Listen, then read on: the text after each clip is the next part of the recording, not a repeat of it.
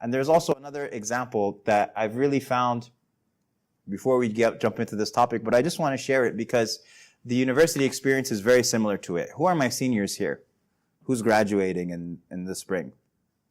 Nobody's graduating? You guys are all here forever? Okay, good.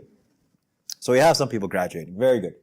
So the people who are graduating every year, you'll have two examples. They're not the only examples, but these are the two examples that I want to share. You have a person who over those 4 years, they put their head down and they worked and worked and worked and they did every internship and they were in the library all the time, not because the library is the Muslim hangout, but the library meaning reading and studying and things like that.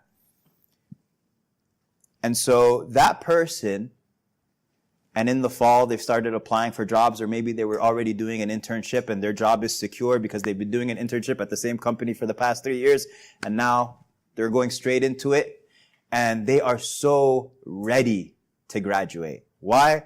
Because they're like, I'm ready to stop working for free.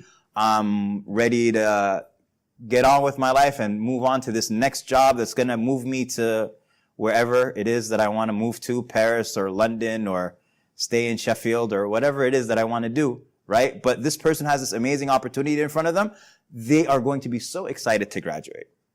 But then you have another extreme, and that extreme is that person who for 4 years was just sliding by as far as grades go.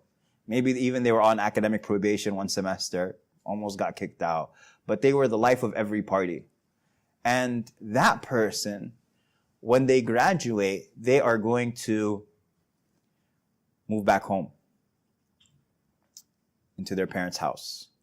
And they're going to be back on curfew. They're going to be back on budget and allowance. And there's no job around the corner for them. Maybe they're going to be working the same place where they were working when they were in high school.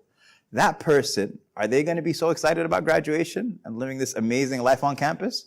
No, they're not. And that's why one of the khulafa, and I believe it was Sulaiman ibn Abdul Malik possibly, he asked one of the ulama, Abu Hatim, and he said to him, "Lima nakrahu al-maut?" He says, why is it that we hate death?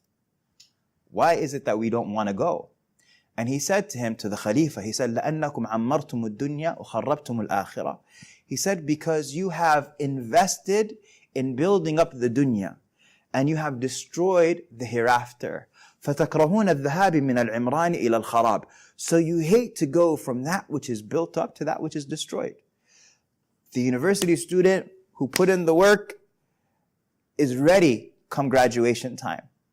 And the believer who puts in the work is ready come graduation time.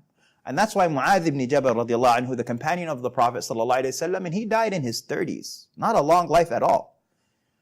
He was in Syria at the time when that great plague affected the Muslims during the Khilafah of Umar ibn Khattab, and a number of companions passed away in that plague in Syria, of them Abu Ubayd ibn al-Jarrah and many of the great companions.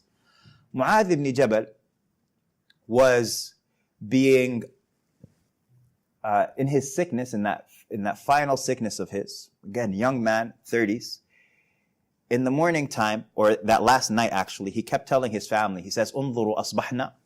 He said, look out, is it morning time yet? And they checked, no, it's not morning time yet. And then again later on, a few hours later, "Unzuru asbahna." Is it morning time yet? No, it's not morning time yet. "Unzuru asbahna." Is it morning time yet? Finally, they told him, yes, the morning has come. And then he said, "A'udhu billah min laylatin sabahuha ila an-nar." I seek refuge in Allah from a night whose morning brings the hellfire. And then he said, "Oh Allah, you know that I didn't want to stay in this dunya for the planting of trees, the building of anything. No, I liked the dunya. My existence here, I loved it for fasting on hot days and praying long nights, like these nights that you have here, 4 o'clock or 5 o'clock, these long nights."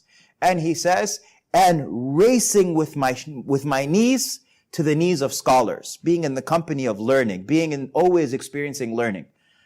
That was my purpose of the dunya. And then he says, "Marhaban bil maut." Welcome to death. And that's such a powerful phrase. Marhaban bil maut. Welcome to death.